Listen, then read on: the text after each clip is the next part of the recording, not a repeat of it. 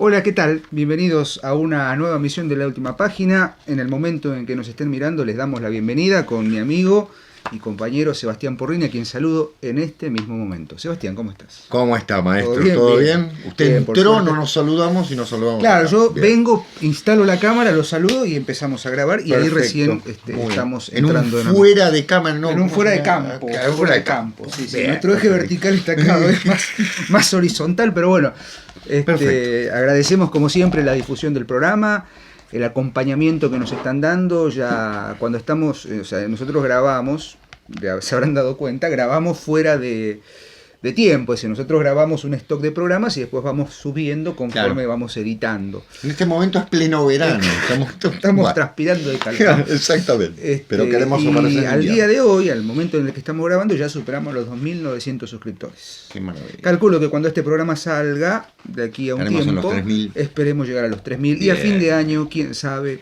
4.000. ¿Y por qué no? 4.000 millones más. 4.000 millones, Claro. sí, sí. Tiemblan los youtubers, tiembla la comunidad de YouTube. Sin más Bien. pavadas, vamos al grano.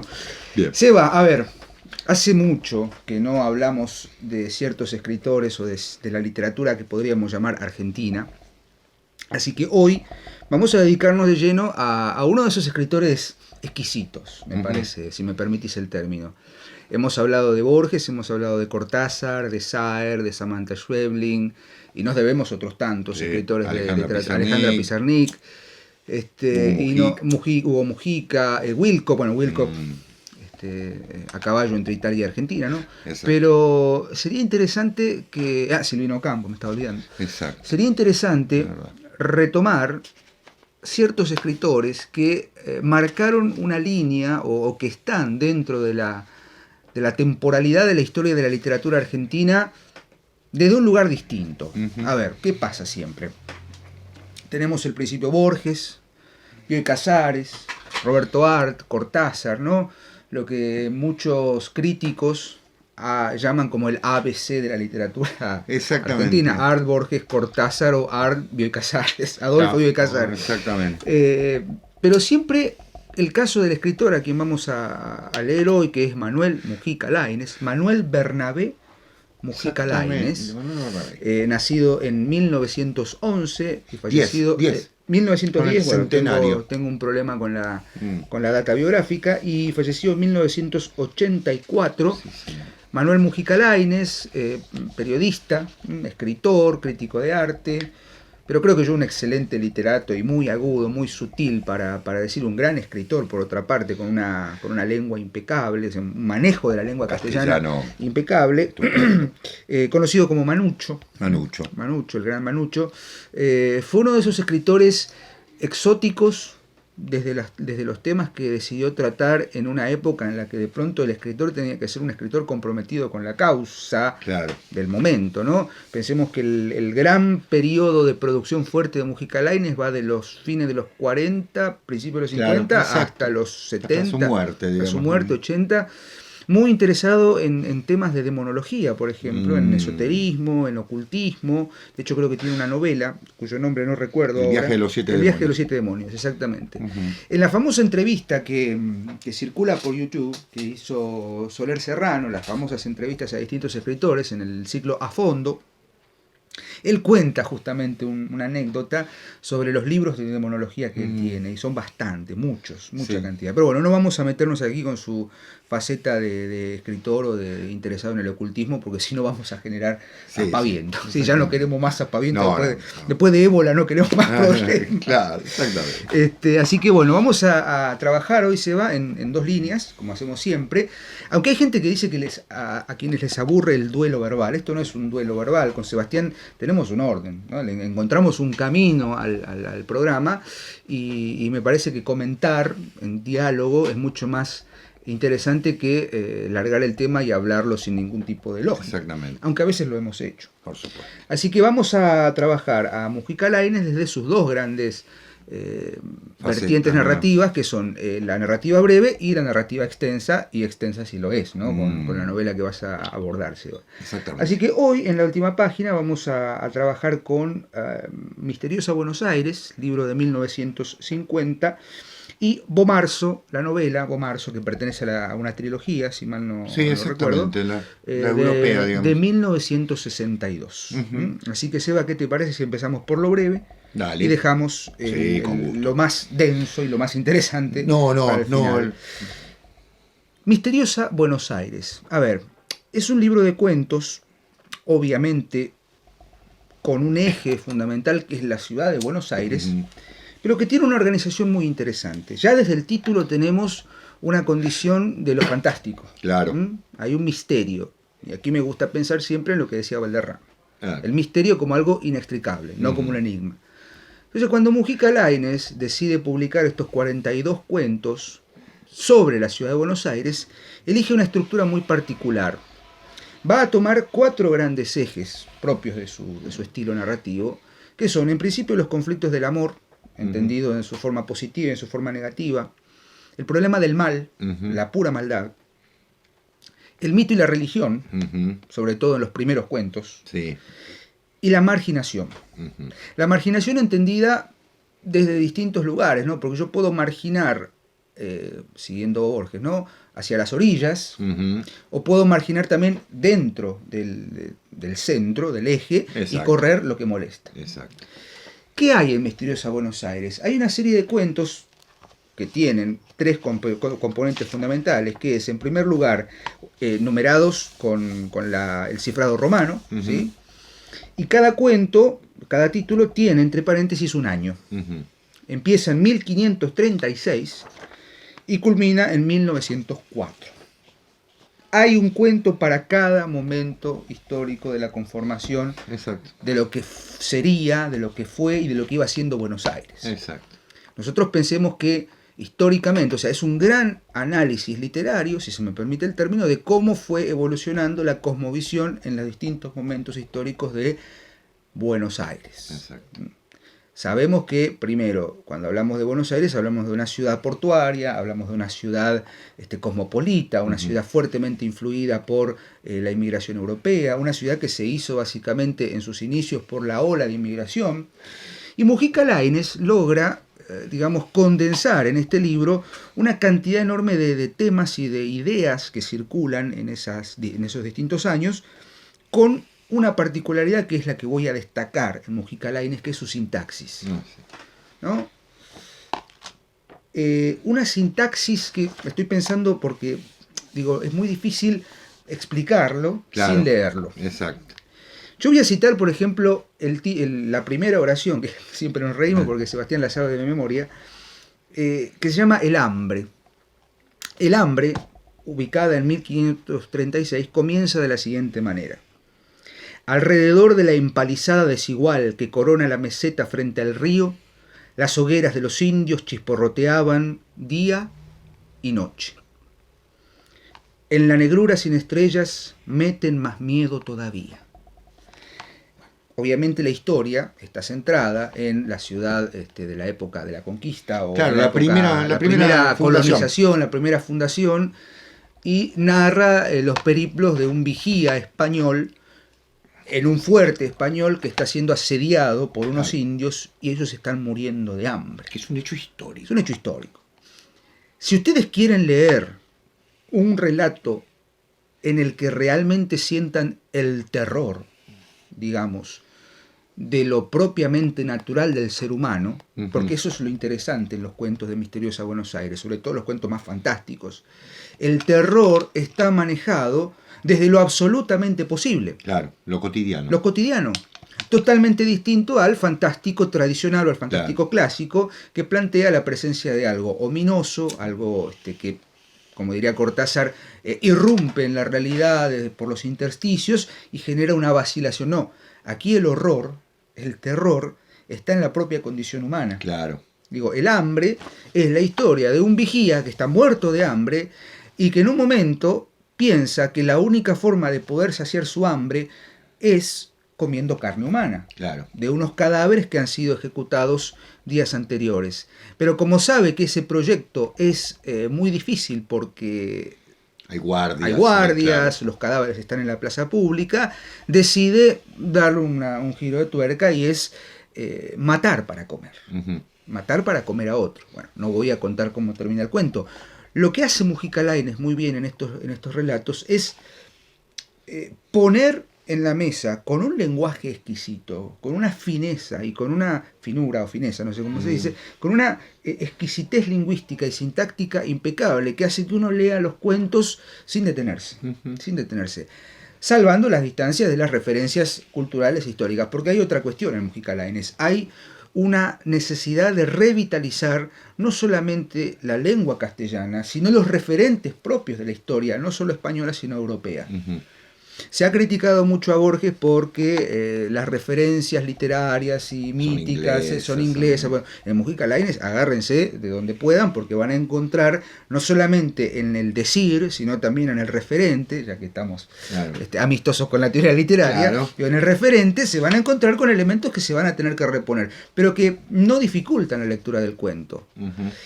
Y voy a ir del primer cuento al último. Podría pasar, por ejemplo, el cazador de fantasmas, que es otro cuento de terror terrible. Podría hablar, por ejemplo, de un cuento realmente tétrico que es Los pelícanos de plata. Un artesano que castiga a su mujer por infidelidad y termina recibiendo un castigo. El espejo veneciano.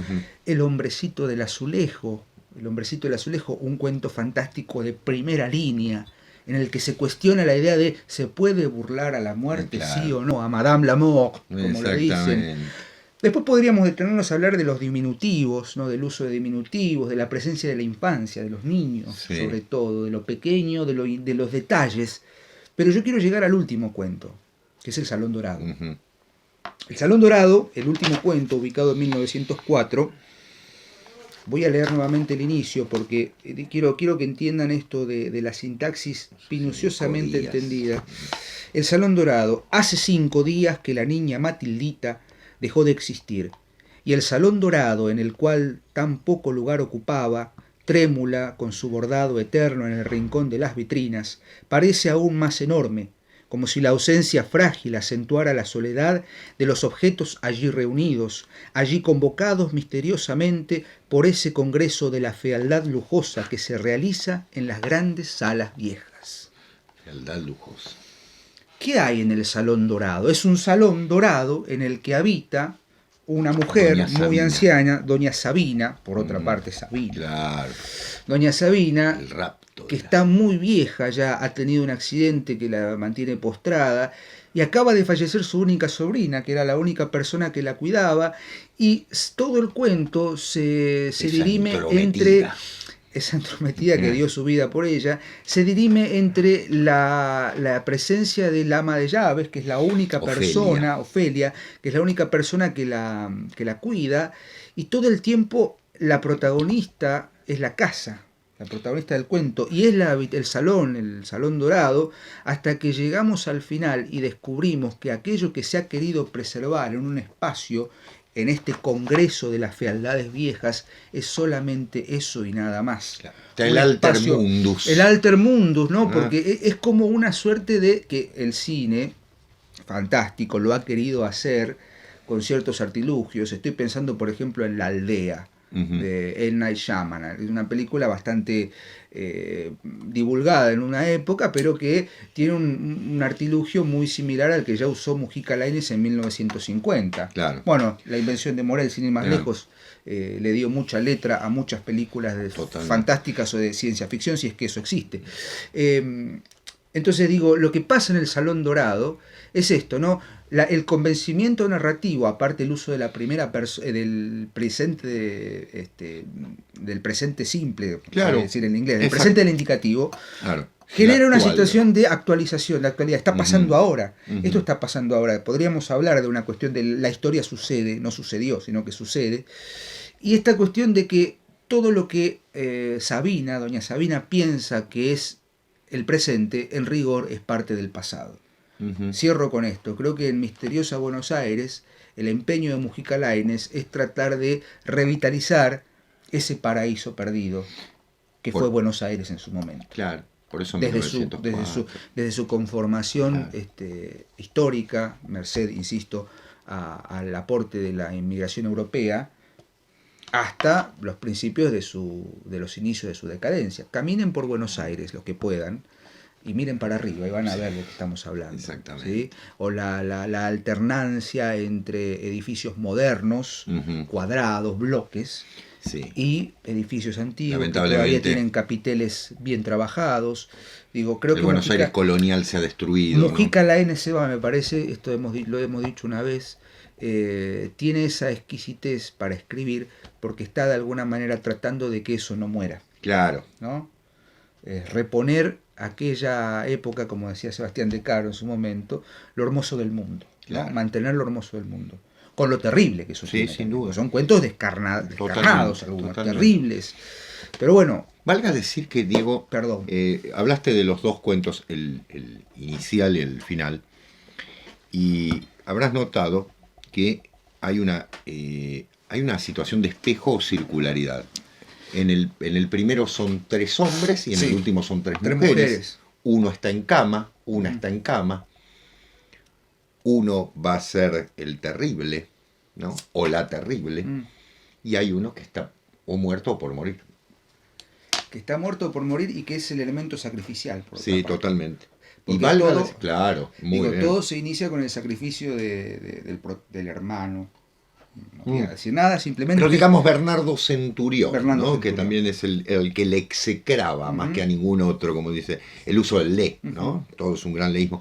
Y en el otro tenés a Matildita, ¿no? A Matildita, Ofelia, que oficia como iniciadora, porque la escena en la que la lleva con la silla de ruedas y le muestra qué es lo que pasa en la casa. Claro, exacto. Y el final del cuento. Bueno, que el final del cuento de Salón Dorado es una fogata en la que los lobos se reúnen a claro. ¿Quiénes son los lobos? Como el otro. Como el hambre, las ¿no? fogatas. Claro, las fogatas que meten más miedo todavía. Y en algún sentido, la idea de que, lo dice en el hambre, lo sacarían de allí con la silla, blandiendo la espada como un loco. Doña Sabina sale blandiendo, ¿no es cierto?, en la silla de ruedas, la voz, el grito. Ya está, Seba. Abriste el paréntesis de siempre a la última página. Sección posibles monografías para estudiantes de letras. Claro, exactamente. La relación entre el hambre y el Salón Dorado. Totalmente. Incluso la situación, cómo mueve la cabeza equívoca Bernardo Centurión con esos rulos africanos, y Ofelia, que es hombruna. Hombruna, la adjetivación. Bueno, insisto, el estilo de Mujica Lainez es un estilo pulidísimo, afinadísimo y sobre todo con una sintaxis impecable.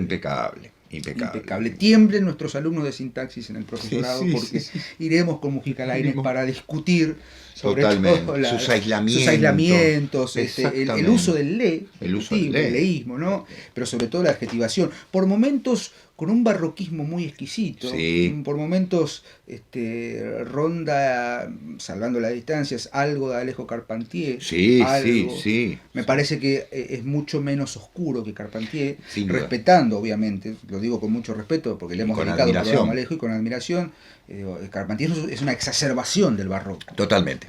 Mujica Lainez es barroco, un barroco, de Belle Époque. De Belle Époque, y si se permite el ¿cómo se dice? El oxímoron, es un barroco mesurado. Claro, exactamente. No hay nada mesurado. No es el manierismo. No es el manierismo, pero Mujica Lainez, los cuentos breves, se consigue. Yo lo conseguí en una versión muy económica y se consiguen por internet, obviamente. Así que vayan a la lectura de los cuentos. Pero vos vas a hablar de algo mucho más. Admiro la. Yo voy a hablar de Bomarzo. Bomarzo es una de las grandes novelas de Mujica Lainez. Voy a hacer una separación dentro de sus novelas. Hay un periodo porteño de sus novelas, que son las primeras, ¿no? La casa, Invitados en el Paraíso, Los ídolos. Y en algún momento Mujica Lainez vive como una especie de sequedad de temas, ¿no es cierto? Es decir, se ha quedado sin tema. En el año 58 él hace un viaje a Italia y conoce el famoso parque o el jardín de Bomarzo, que es un jardín que existe. El señor Pier Francesco Orsini, el duque de Bomarzo, hizo construir un jardín de monstruos, ¿no?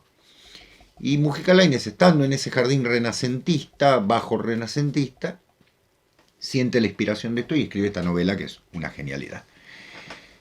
La historia la voy a resumir en medio minuto porque la verdad es que los invito a que la lean. Es una novela que, sobre todo en el extranjero, se la trabaja desde el punto de vista mucho desde la historia.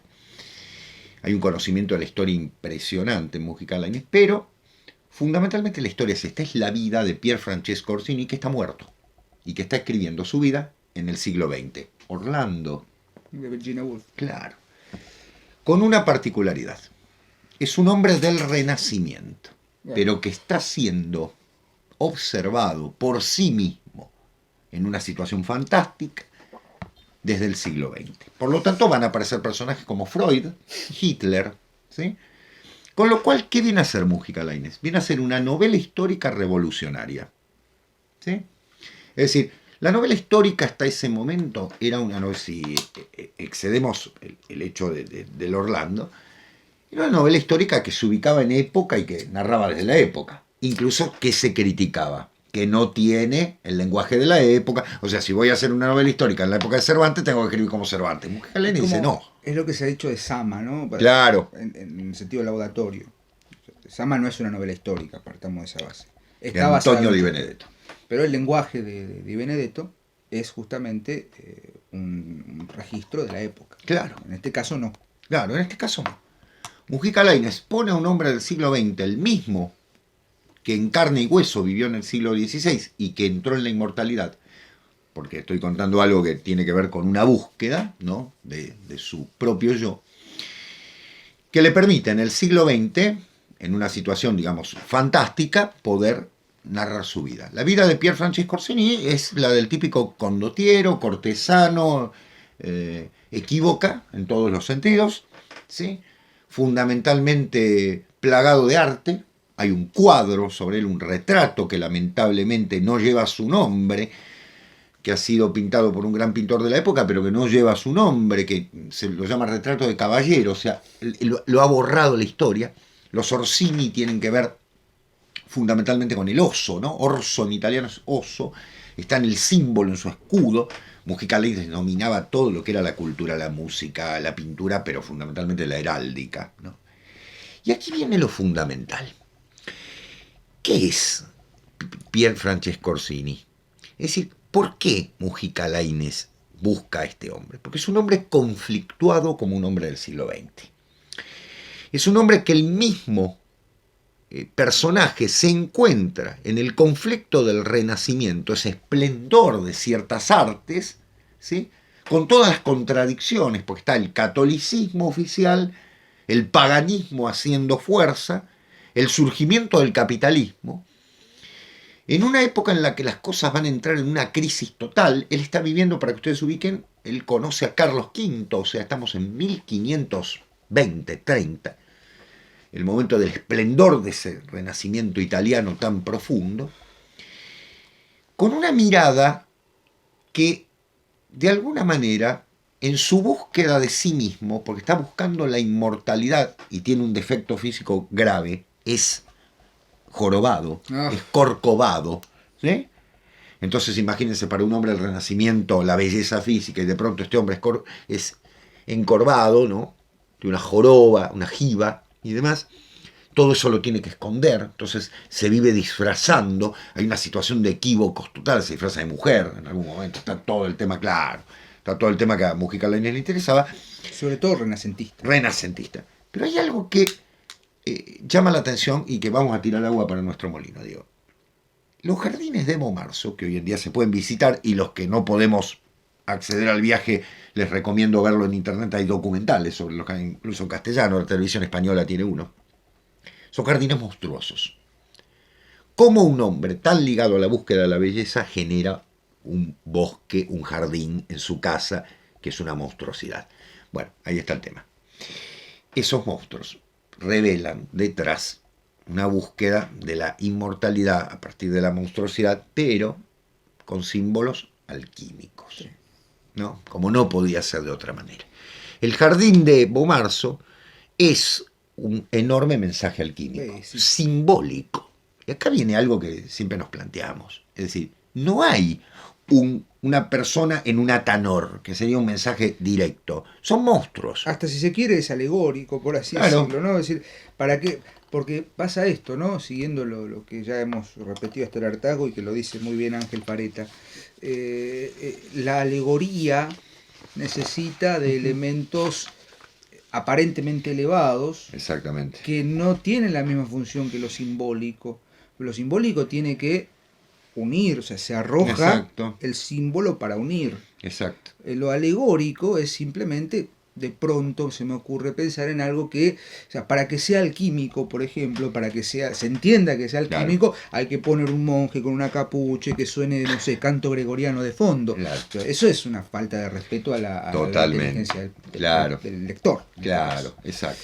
Digo, que los monstruos representen la materia impura. Exactamente. Es mucho más efectivo que poner, como decir, un tipo con una tanoa. Claro. Está la boca de uno de los monstruos donde Vicino, o sea, Pier Francesco, ingresa para beber la bebida de la inmortalidad. Y entonces, bueno, ahí se tiene que dar la transmutación. Los jardines, por otra parte, están construidos laberínticamente.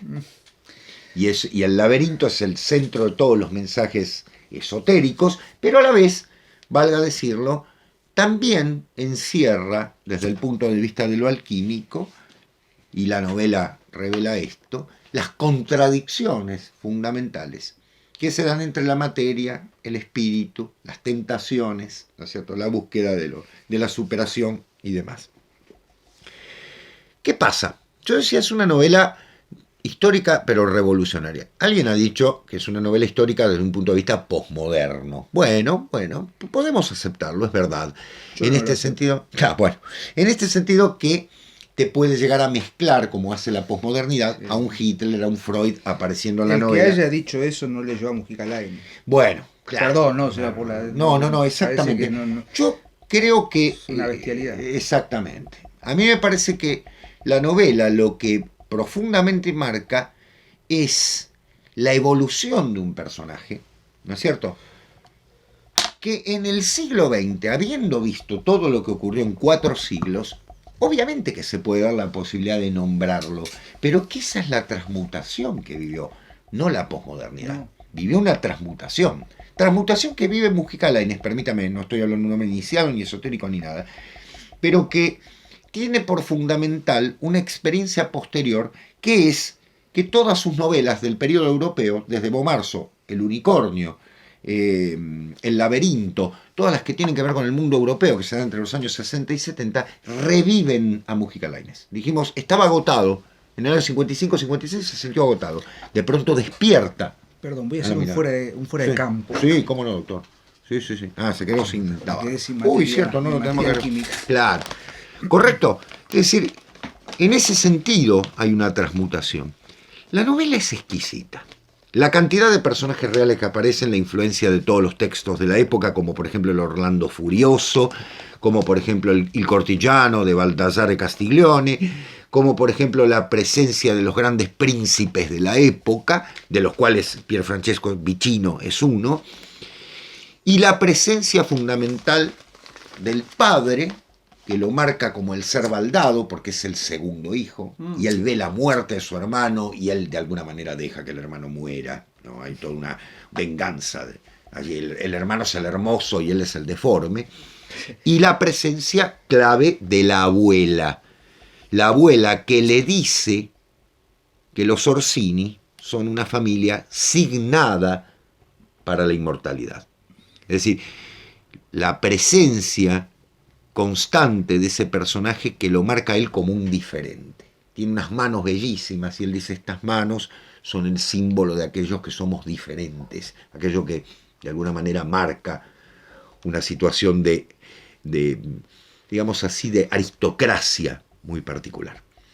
Valga decir que son 2 tomos en algunas ediciones, o un solo tomo y bastante extenso, creo que es la novela más grande de Mujica Lainez, y que la novelística de él se va a cerrar allá por el año 82 con El escarabajo, que es la historia de su anillo. Él tenía un anillo de escarabajo, desde que se lo crea, por supuesto mágicamente, no fantasiosamente, en el antiguo Egipto, hasta que le susurra a un escritor del siglo XX que vive en Córdoba la historia que ha pasado. La novela es bellísima. Tenemos la presencia de de todos los grandes personajes del Renacimiento de la época, desde Miguel Ángel hasta Carlos V, pasando por todos, pero valga decir que la erudición de Mujica Lainez y la elegancia con la cual narra ese mundo es única. Y léanlo, observen todo el mensaje que hay detrás en relación con estos aspectos que decía Diego, ¿no? Un gran lector de demonología y tenía una de las bibliotecas más amplias sobre don Luis XVII, la famosa leyenda del Delfín de Francia, ¿no? Hijo de don Luis XVI, que se supone que murió en Buenos Aires. Como siempre, acá vinieron a morir todos. La historia es un mito, ¿no? Totalmente, la historia es un mito. Digo, pero bueno, vayan a Mujica Lainez con esta sentencia, ¿no? ¿Cómo es que decía Borges? Manuel Mujica Lainez, los dos tuvimos una patria, ¿recuerdas? Y la hemos perdido. Uh-huh. Salvando las distancias, creo que hay un intento de, no sé si de recuperación, pero sí de revitalización de aquello que es la cultura. Uh-huh. Acá dentro de Camisa de Once Varas podemos estar horas hablando qué es la cultura popular, cultura no popular, cultura de la Edad Media. Mujica Lainez la incorpora. Me parece que en Mujica Lainez tenemos esa gema que está ahí, digamos, brillando, fulgurante, que nos dice, bueno, hubo una época en la que se podía pensar en estos temas. Por eso difiero con esto de lo posmoderno, el crítico que lo haya dicho, no sé quién es, no lo conozco, pero quien haya leído Bomarzo desde una clave posmoderna, me parece que está leyendo obviamente desde un lugar muy posmoderno también, claro, ¿no? Sesgado y miope. Exacto, quitándole lo fantástico. Sí, lo fantástico. Pero bueno, Seba, nosotros creo que ya hemos dicho lo suficiente como para que ingresen a Mujica Lainez o vuelvan a él desde otra mirada, humildemente, o sigan leyéndolo desde donde quieran. Pero bueno, estos son elementos que operan en su literatura. Y nosotros nos veremos el lunes que viene en una nueva emisión de La Última Página, leyendo. Seguimos leyendo, ¿sí? Y cumpliendo pedidos. Así que gracias por estar ahí y nos vemos la semana que viene en una nueva emisión de La Última Página. Seba, como siempre, gracias. Gracias, Dieguito. Hasta luego. Adiós, gracias.